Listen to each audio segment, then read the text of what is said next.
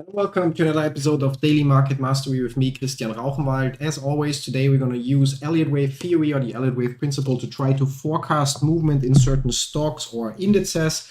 If you have any questions about Elliott Wave Theory or like about my portfolio and so on, you can obviously use the chat. But you can also, if you want to learn more about Elliott Wave Theory, you can use the link in the description down below and then follow the link there actually to read the Elliott Wave Principle for free online or order your physical copy. And on top of that, you can also find our one-page cheat sheet there that you can just download as PDF. That helps a lot with applying Elliott Wave Theory. Now, as always, before we get into it, the usual disclaimer: everything that I share in this live stream / video, if you're watching it later, is my personal opinion and in no way financial or professional advice of any kind. You should always do your own research, consult certified professionals, draw your own conclusions, and make your own decisions. Because what I'm doing here is basically improving my own application of Elliott Wave Theory, which means I might be wrong from time to time. Nobody's always right. And giving you an insight into how I manage my eToro portfolio as a popular investor. That said, where do we go? Let's jump straight to the screen. Now, I'm wondering, I think we said Monday is going to be the day where we do our weekly summary, or not weekly summary, but where we look at how our forecasts are going to basically have a little bit of a track record. Now, I just have to see where I have my Google Sheet with the forecasts that we made. Not what I wanted. Okay, here we go. In case you're wondering which tools I'm using, they can also be found, or you can also find them in the description down below. And the specific software I'm using here is called Motive Wave. And it is, at least in my opinion, the most powerful forecasting tool we've found so far. But there are a few things let's start with the SPX. We're obviously waiting here for the beginning of wave 3. Not much changed here. We're still moving a little bit sideways, which means like our investment betting against the SPX made a little bit of profit, then again a little bit of loss, a little bit of profit. We'll have to see how that goes. As said, I'm very confident up to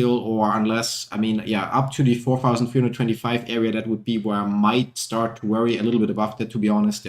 But so far I'm very confident that this turns out to be 1, 2, and then we go down from here. We'll see if I'm right or not over time. But considering that we're here already looking at a 2-year time frame, we are literally talking months to see either the development go here or to see me proven wrong. Overall, just in case you're wondering, most of my portfolio is has a long-term outlook. And if we look at it actually and look at the stats, you can see that while there are some losing months or even quarters in there, if it loads, now it's loading. So while there are some losing months and even quarters in there, you can see this year we're so far down 17%. And in the past, I also had months losing 11%, losing 14% in 1 month. But if you then look at my overall long-term performance, that's usually not the norm. Obviously, past performance is not indicative of future results. And anyway, moving on. Oh, wrong button. There we go. And then we have the NDX, where we're in the same situation, although here I have not bothered to identify. Is there a way to lock certain things? Yeah, there should be, or not. No, extend. No, let's try. There is a lock, but that's like for that, and here for that line, that one I could lock, that component I could lock. Why can I not lock the other ones? Why is there no shortcut for locking stuff? Okay, so that one I can lock, but those here, maybe, no, there is no locking. Okay, so, but that one is now locked. Yeah, okay, so, and that one I could unlock. Yeah, really weird. Wish there would be a locking for everything. Anyway, in the NDX, we're in a similar situation, although I did not bother to try to define where our wave 2 is. We're just waiting for a downturn, and then we'll try to maybe make sense of what kind of corrective pattern that here is supposed to be. We have positions in Shopify where we have a very, very long-term outlook. So probably, let's zoom out, which takes a moment. We probably switch to the daily chart or 2-day chart, which we usually look at long-term. Bless you.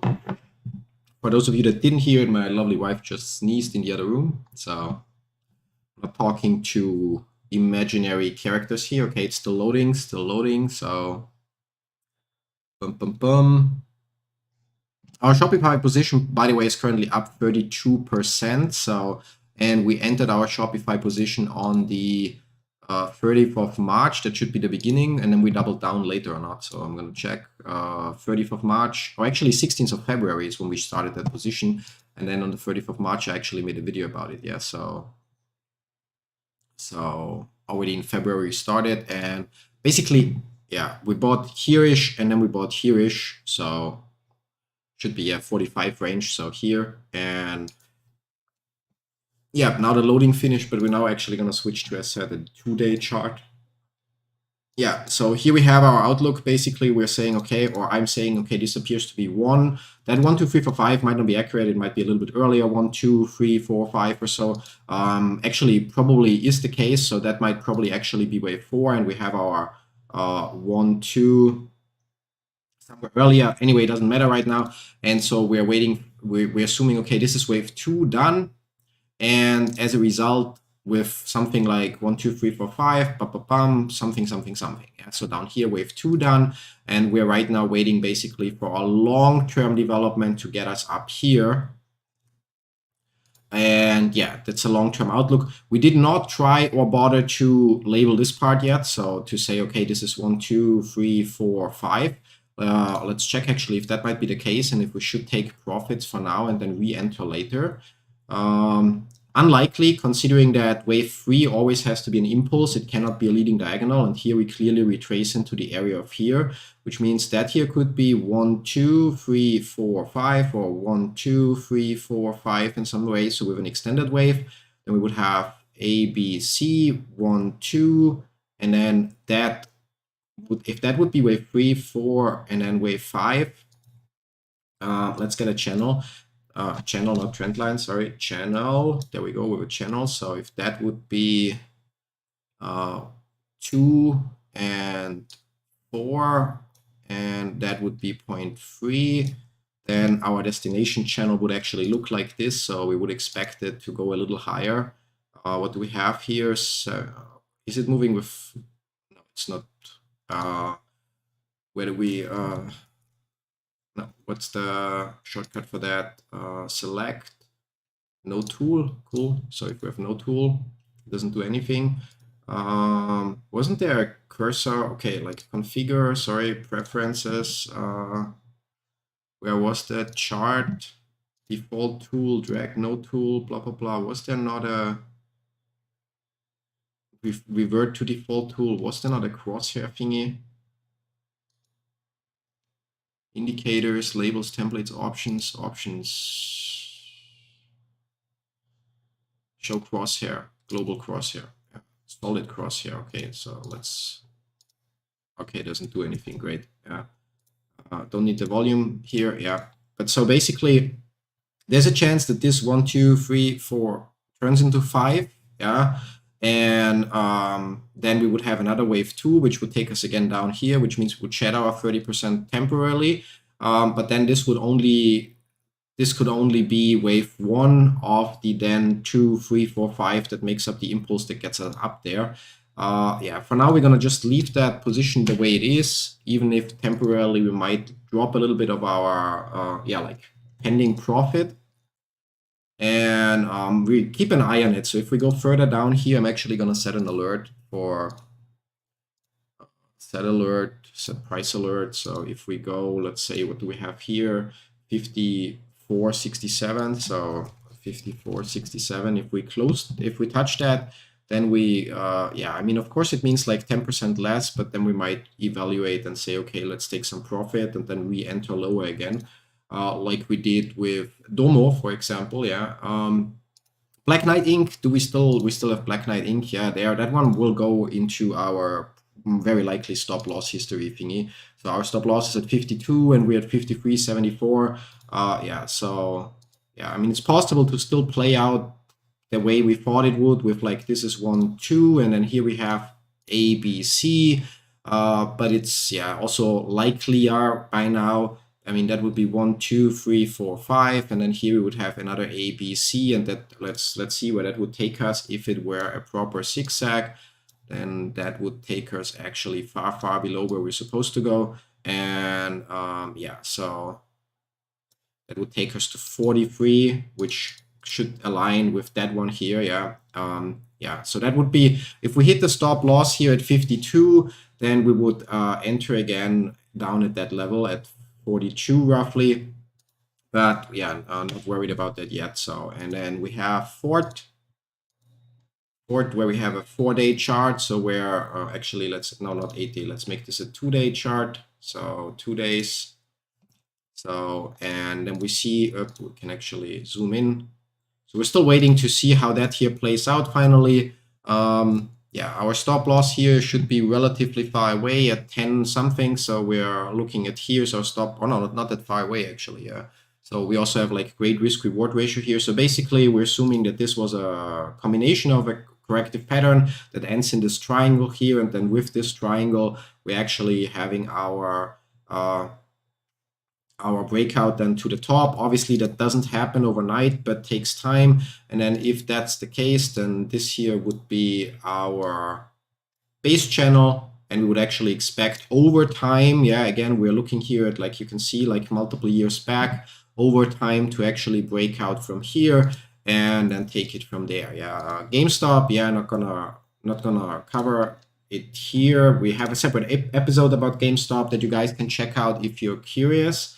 And yeah, there you can find why forecasting for GameStop, but also why I think that Elliott Wave Theory doesn't really apply that much anymore to GameStop, because obviously Elliott Wave Theory is about mass psychology, and with GameStop, what the masses in quotes do, especially masses of retail investors, it's direct registering their shares, me included.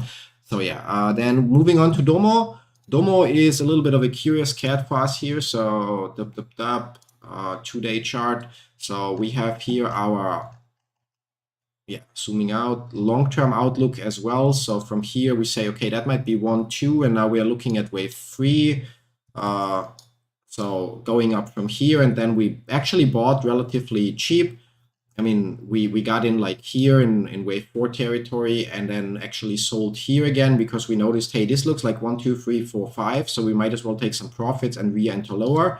Now we re-entered a little bit here, and I by now already doubled that position. So yeah, it's been falling a little bit since. But if we look at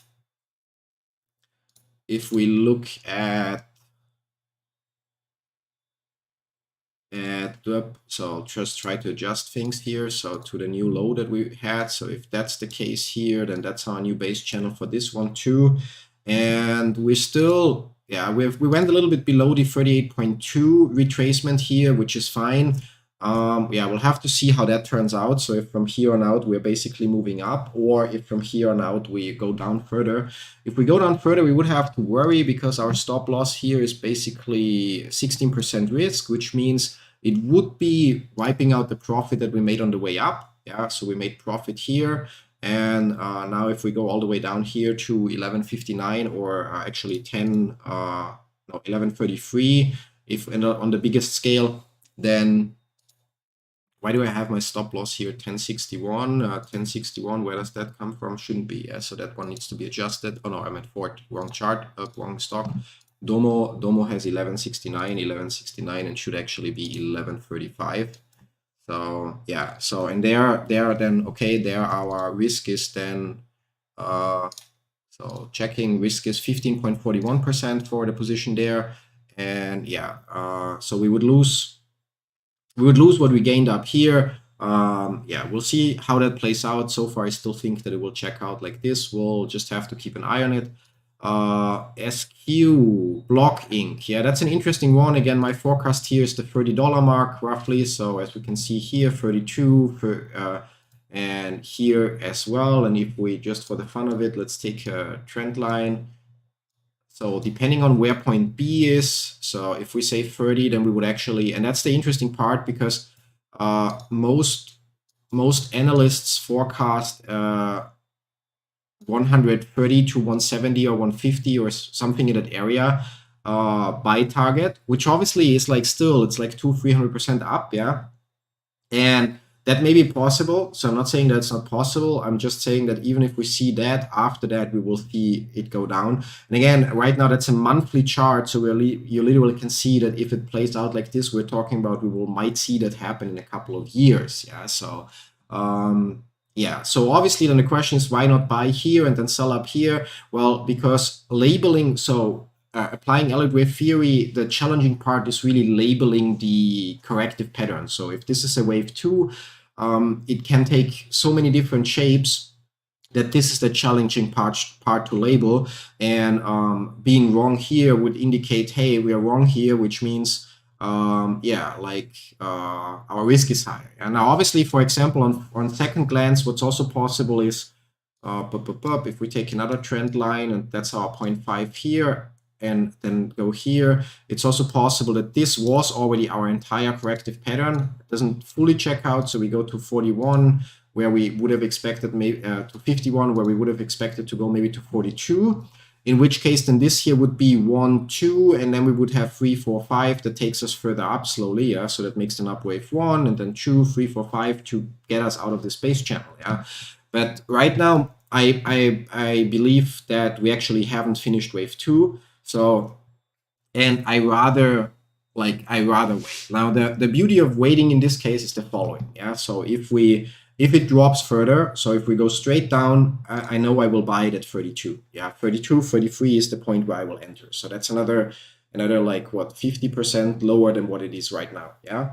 And then I'm happy with my decision to enter that position. Now, if we don't go down, so if we go to 150, I will be, we might have missed out. If we after that go down to 32, I will buy at 32. So I will again be happy. I might even open a short position once I see that it starts to turn down from here or so, yeah? With the stop loss then being whatever the high point is. So 170, 150, something like this, yeah? 150 would work well.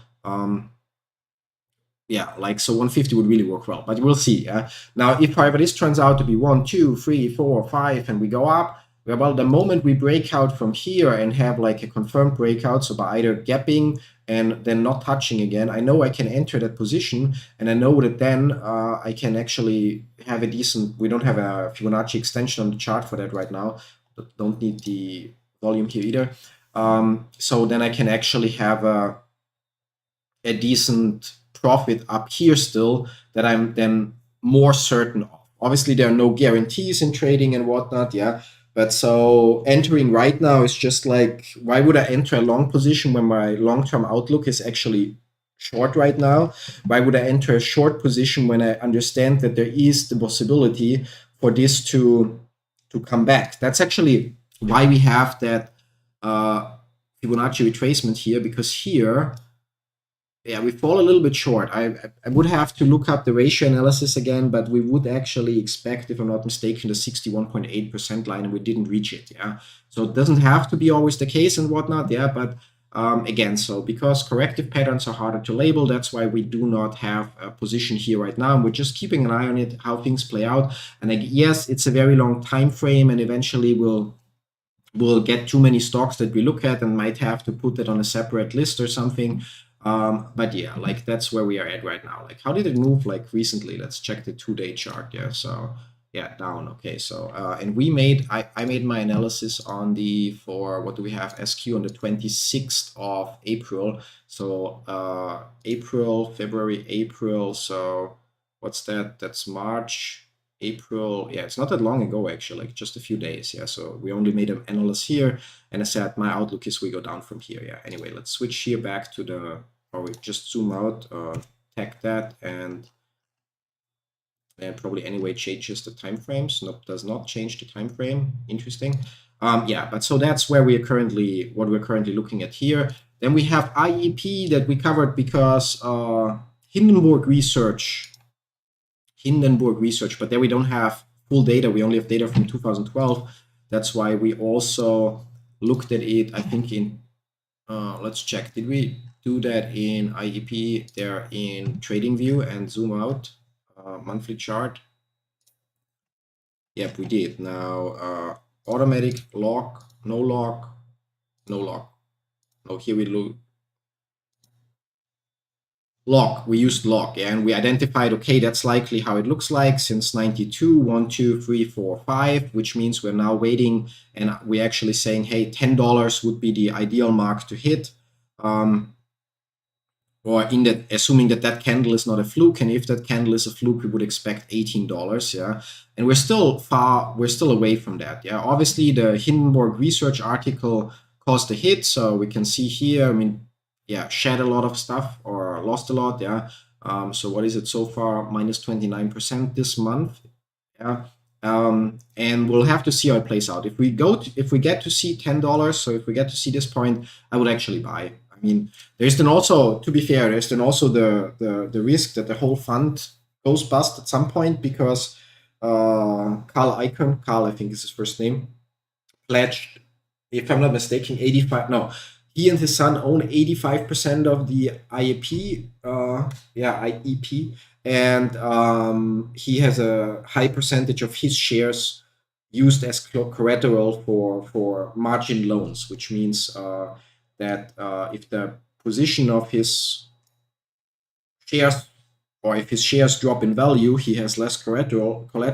So at some point he has to bring up more collateral, or at some point the bank might just margin call him on that. So like, okay, pay back the loan, and if he cannot bring up more collateral or pay back the loan, then they would actually get to own the shares, which then would be a huge sell-off sign for IEP, and might even cause it to, I don't know, like go bust or so. Yeah, like we'll see how that plays out. So we keep an eye on it, and $10 would be the point where we would be willing to share, which would be willing to get some shares, which coincidentally aligns with the Hindenburg research forecast, if I'm not mistaken, who says, okay, a fair value right now would be around $10 or so, like based on their research. So like we'll see how that goes. Yeah. So IEP, we actually can now, we keep it open here so we don't forget. Or do I have it in my Google Sheet? 1 second, just have to check.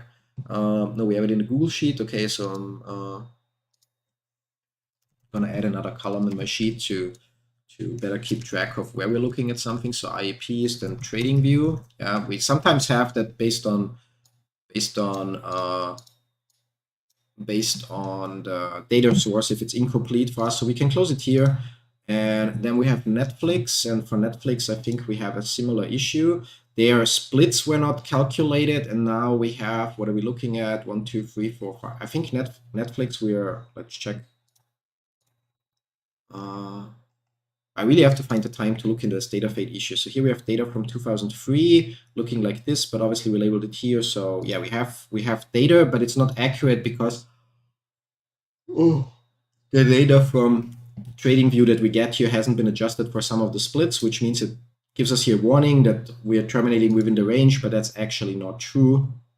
And we are overall right now waiting actually for it to go down. So we also say, okay, it's 1, 2, 3, 4, 5. Again, that here, or that part in the beginning is actually wrong. Our starting point would more likely be here. So everything, I think this first part, wave 1, if I remember it, is not adjusted and should be much lower. That's where we have our starting point here. We would expect to go to like this line here, which would be $7, or the 61.8 retracement, which would be $6.28.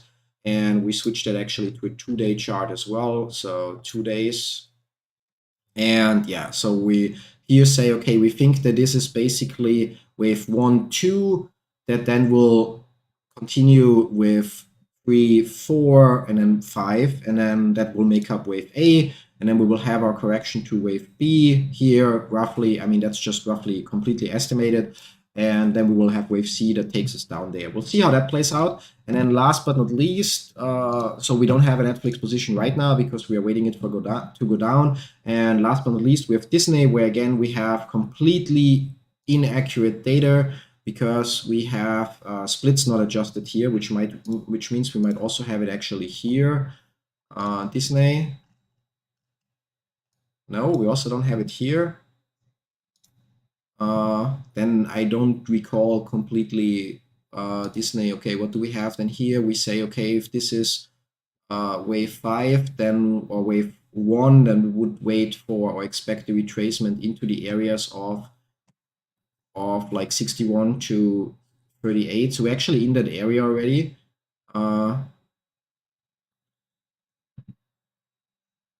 yeah, with the incomplete data, it's hard to label. So, and here, if we don't have it logarithmic, then it's relatively clear, 1, 2, or 2-ish, somewhere here, and then potentially 3, 4, no, so 3 has to be here, 4 has to be here, and 5, yeah, or 1, 2, and that whole thing here is wave 3, which, depending on where we start, 1, 2, 3, 4, that doesn't work, 5. Well, that actually would check out. So if this then, if there is like 1, 2, and that would be wave 3, so that, which means this would be 1, 2, 3, 4, 5. No. So if we want to get up here, this would need to be wave 4, but then the look of it doesn't really look right. If that only would be wave 3, then we would actually expect from here to go up. If that, no, we would actually expect a drop further. And if that would be already wave 5, then this would be 1, 2, and then here we go up. Yes, okay, so here, don't quote me on it. I mean, there's a separate episode where we looked at it, and I spent more time trying to make sense of it. So actually, let's check if I have a note for it. No, for Disney, I don't have a note. So I didn't have a consent as to where we're going. Not sure, but I still have it on my charts, so close that. Now, in case you're wondering how come that, okay, for Disney we don't have a outlook, so in case just so to remember, so Elliott Wave Theory is about mass psychology. So I'm switching cameras real quick and taking a sip of my coffee. Don't forget to stay hydrated. So Elliott Wave Theory is about mass psychology. So it basically, like, or switching back real quick to illustrate that in a second. Yeah, so I'm just gonna open up a new analysis for the SPX. We're not going to save it, but so, and give you a monthly chart. Yeah, so monthly chart. Yeah, it doesn't even matter how accurate our data is here, but so depending on where you are in your trading and investment, I don't know, career, time frame, whatever, you've already heard about support and resistance. Yeah, so for example, if I put that here, then or yeah, let's put it here and then say, okay, people very often, and then let's take another one, identify support and resistance levels. They might also use Fibonacci's for that and similar things, yeah, but it's just what's been done in quotes, yeah. So like here, for example, okay, the price bounced from here, it barely touched that point again, bounced, it tried to break through and managed, but then bounced again. So that area here seems to be an area of support while we're above it. If we were below, it's an area of resistance. Then here the same thing happened, yeah, which after happening here twice, and then we can also get more lines. I might not pick the perfect lines right now, yeah, or the perfect levels, but just to give you an idea, we see that, okay, we didn't break through here, we bounced, and we see it here again. We hit it, we bounce, we hit it, we break through this time. Now suddenly it's a support, so we try to go below, we don't manage to, we stay above, yeah. Then we go up here, we hit that level, we bounce. Then here suddenly we stop here, and only the next month's candle we manage to break through, yeah. And then on the upwards turn, we again don't break through immediately, yeah. So here we touch it, bounce, and then next time we break through. So, and people call that support and resistance. I mean, another one would be here potentially. So if I take this, yeah, let's make it longer. So we see here on this price level, hit this, bounce, hit it again, bounce, and then breakthrough, yeah. So people would then say when we're above, oh, this is a support level. So when the SPX starts falling, they would say, okay, there is a support level at 3,491 or 3,500, yeah. And the mass psychology aspect of that is that it's self-fulfilling in many cases, because what happens is it's such a basic, in quote, strategy and guideline or whatever, that so many people will place their buy orders at 3,500, 3,490, 3,475, because this is the support level. So it might shoot a little bit below, but then it will likely bounce. Not guaranteed, but it will likely bounce. So a lot of people make their buy orders here. So when the sell-off then happens to get it down there, suddenly we have so much buy volume that pushes it back up, yeah.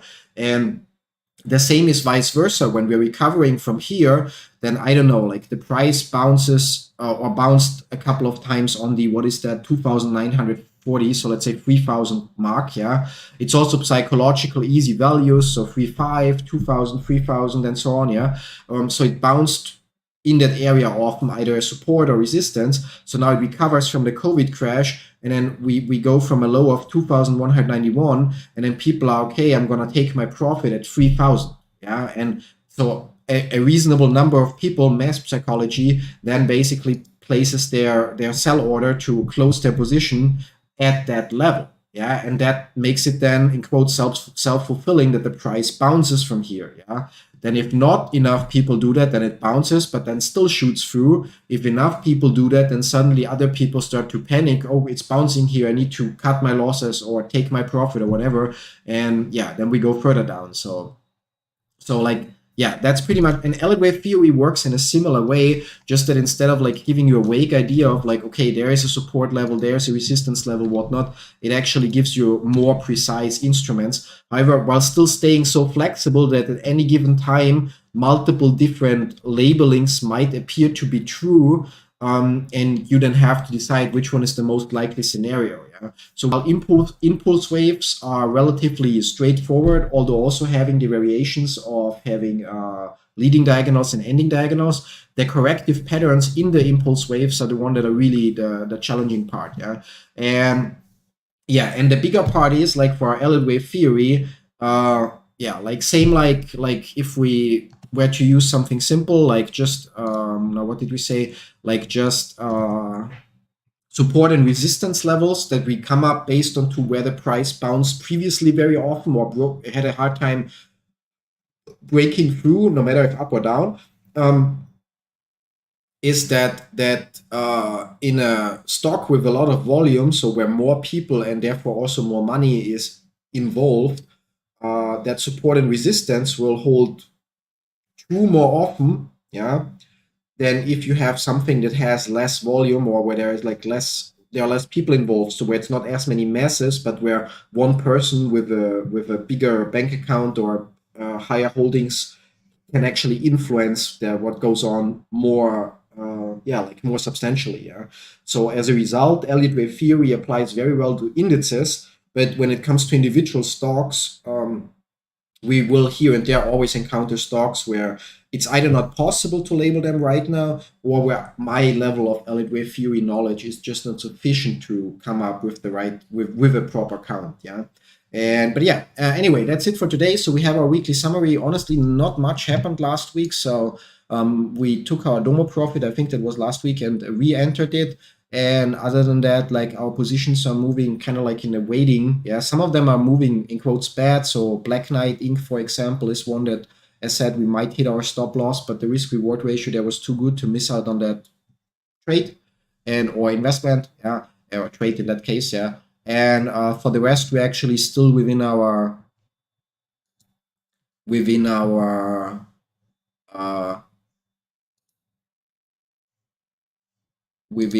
margin. Now just see, we actually have a Disney position. I'm a little bit confused why that's really, I'm gonna check that real quick. So last thing, Disney, or at least I'm gonna open it up again, because again, we don't have the proper labeling on the chart. So did it remove the labeling and not store it or so? Like, so I'm really, really curious now. So cursor data, and now if we go monthly,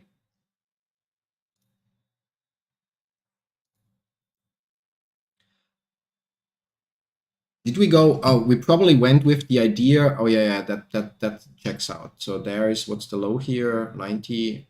Let's switch the screen so you guys see what I'm talking about. So we probably went with the idea. What's the low here? The low here is 92. How do I get 79? Where's 79? 79 would be here. So no, actually the low here is 79. So should be not this one, but there. Yeah. So, okay, so we probably went with the idea because of the risk reward ratio. So we said, okay, from what makes the most sense, 1, 2, 3, 4, 5, and now that's corrective wave, which would say, okay, the corrective wave might have already finished. And if that's the case, then from here, we would actually go towards a new all-time high, so more than 100% potential reward, with right now 18% risk on our position. So risk reward ratio more than 1 to 5, and therefore, or 1 to 4, and no, 1 to 5. And therefore, we have a position there. Yeah, I totally forgot that. Like, we'll have to check real quick in which episode we made that daily Disney, episode number 18 from the 4th or 5th. Okay, I'm gonna add that Disney 5/4/23 episode. What did I say? Episode number 18. Yeah, 18. Oh yeah, somehow I missed writing that one down. Yeah, so oops. Expected to reach new all-time high. Yeah, so obviously, so over time. And yeah, and that's why, that's it for today anyway. Like, we're already a little bit over time, so I hope you all have a great and successful week. And yeah, see you then all tomorrow with episode number, now I'm getting confused with the episode numbers, episode number 21 of Daily Market Mastery. I'm currently doing so many live streams that I'm even getting confused with the names of them. So yeah, have a great day. Till then, bye-bye.